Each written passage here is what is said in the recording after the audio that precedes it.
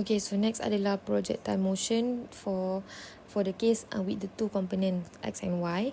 Okay, so just remember balik lah. Projectile motion is the two dimension, and then they have consists of two component, which are component x and component y. Okay, so ni saya dah tukar lah, saya tak guna G lah, saya tak guna G negatif lah. Saya assume AY sama dengan nilai dia 9.81 AY sama dengan G lah, sebab equation kita dah ganti negatif kan. Nanti awak confuse pula. So G sama dengan 9.81 ms negatif 2. Okay, ingat dia ada komponen X, dia ada komponen Y. This is we call projectile motion. Okay, so kalau tengok dekat sini, equation dia, linear motion dia dah pindah kepada X component and Y component. As you can see that X component formula dia sikit je sebab dia tak ada nilai G. So dia hanya ada Vx sama dengan Ux. Vx is equal to Ux, S equal to Ux times T, and S is equal to half Ux plus Vxt. Ni 3 benda. Okay, untuk komponen Y, dia banyak. And satu lagi saya nak tekankan, bila you buat untuk projectile motion, make sure you tulis komponen dia, X and Y. Nampak tak dia tulis tu, Vx Ux, Vy Uy, sebab kita nak tahu beza antara komponen Y dengan komponen X. So you kena tulis. Kalau tak nanti you sendiri akan confuse. Okay. So ini adalah contoh-contoh lah hari tu kan, yang kita buat.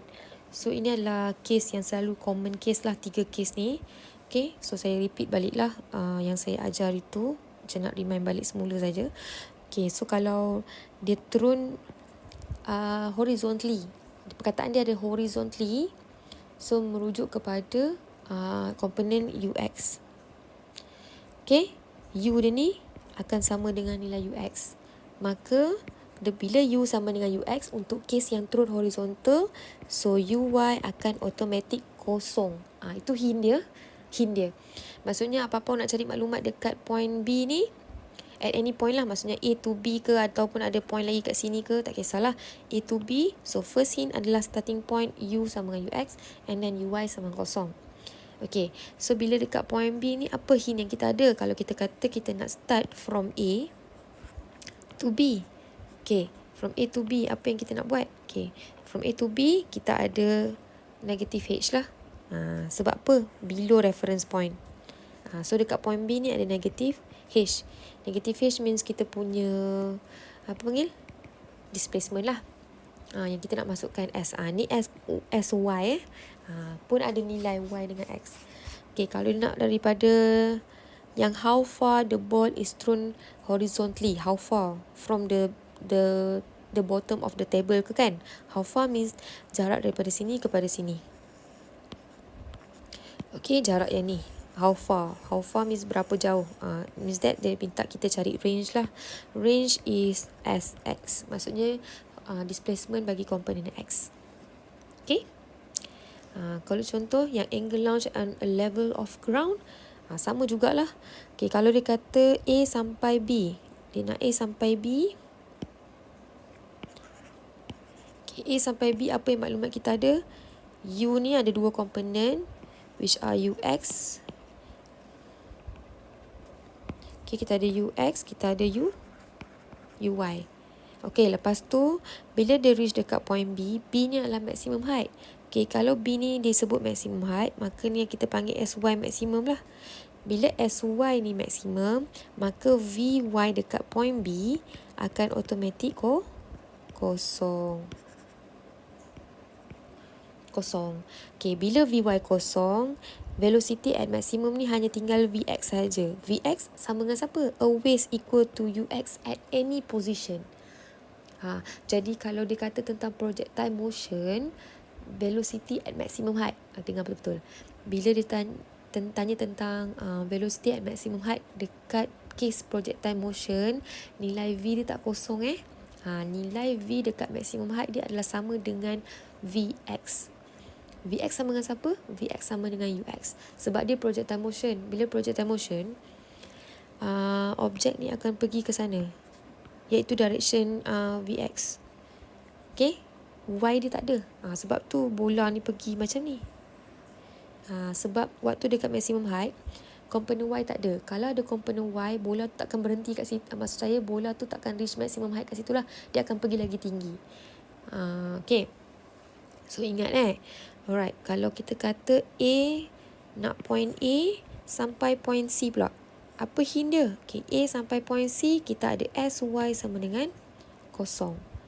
SY sebab komponen horizontal, komponen vertikal yang kosong lah. Maksudnya pergi dengan tinggi maximum height and patah balik dengan negatif maximum height.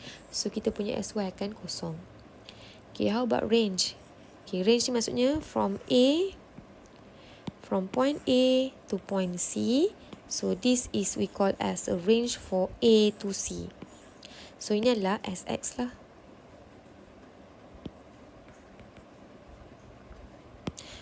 Okay, so memanglah sebab tak nampak kan, sebab tak buat lagi soalan. Okay, so untuk yang seterusnya pun sama juga. Kalau yang case macam ni pun macam kita buat tadi, case yang free fall, tapi beza dia ada komponen. Okay, so contoh kalau saya kata saya nak daripada point A to D. So apa hint maklumat yang saya ada kat sini? Okay, A to D sama juga macam tadi awak buat. Okay, A to B displacement positif, B to C displacement negatif. So jadi waktu dekat sini SY dia kosong kan. Okay, so kalau dekat point D, apa yang hint saya ada? Saya ada SY juga. Tapi SY saya sama dengan siapa? Okay, SY akan sama dengan tinggi meja ni, ataupun tinggi of the building. Tapi kena letak negatif H lah. Okay, macam tu. So ini hint dia. Jadi apa-apa nak cari kat maklumat D ni, awak ganti je SY sama dengan negatif H dalam equation yang kita dah pilih. So kita akan dapat direct daripada position A until position D. Okay, tak apa, nanti kita tengok soalan Okay, so next soalan. Soalan exercise, sorry ni bukan exercise 3, ni exercise 4. Okay, exercise 4. The car drives straight off the edge of the cliff that is 57 meter high. The investigator at the scene of the accident notes that the point of impact is 130 meter from the base of the cliff. Base of the cliff, 130 meter. How fast was the car travelling when it went over the cliff? How fast ni maksudnya berapa laju lah. Dia cari yang ni. Yang ni sebenarnya apa ni? UX. Okay, so kita tahu tinggi cliff tu ada 57 meter height. Ni lah. And then dia punya base, this is base.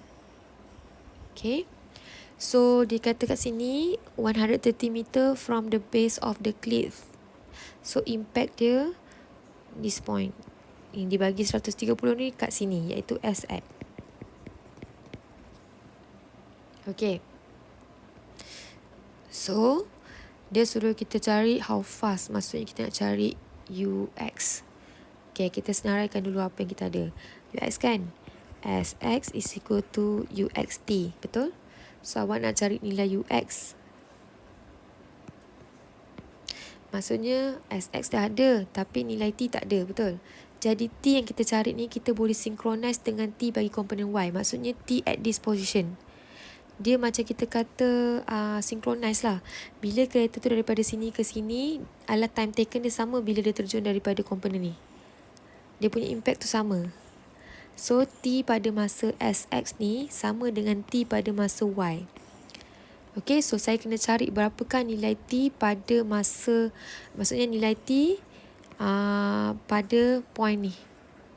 Okay, so tak cukup maklumat untuk komponen X, jadi saya nak cari guna komponen Y lah.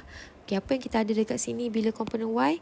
Macam saya cakap tadi, bila UX ada nilai, UY akan automatik sama dengan kosong. Sebab dia turun ni secara horizontally. Okay, so kita ada UY, kita ada SY. Okay, kita ada UY, kita ada SY. Okay, SY apa ni? 57 meter. Duduk di mana? Below reference point. Okay, so nilai dia ni akan jadi negatif lah. Okay. Lagi kita apa nak cari T. And then kita ada nilai G. So kita boleh guna UY, SY, TG. UY, SY, TG. So yang ni lah yang nombor 3. Equation yang ketiga. Okay. So kita try. SY is equal to UYT minus half GT square. So SY negatif 57. UY is 0. Negative half 9.81 T square. Finally, we get T is equal to 3.41 second. Okay. So, sekarang ni 3.1 second ni dekat mana? Dekat sini. Ni. Okay. Time taken kat sini adalah 3.41 second. Adalah masa yang sama juga diambil untuk reach daripada this point sampai sini. Jadi, T yang kita dapat ni, kita boleh masukkan dalam formula ni. Untuk dapatkan nilai UX. Okay. So, SX tadi 130. UX kita nak cari. T kita masukkan kita cari tadi. Yang T yang synchronize tu lah. So, UX nilainya adalah 38.1 MS negative 1. So, kalau nak tepat lagi 38.12 kot. 2 decimal point. Okay. Alright.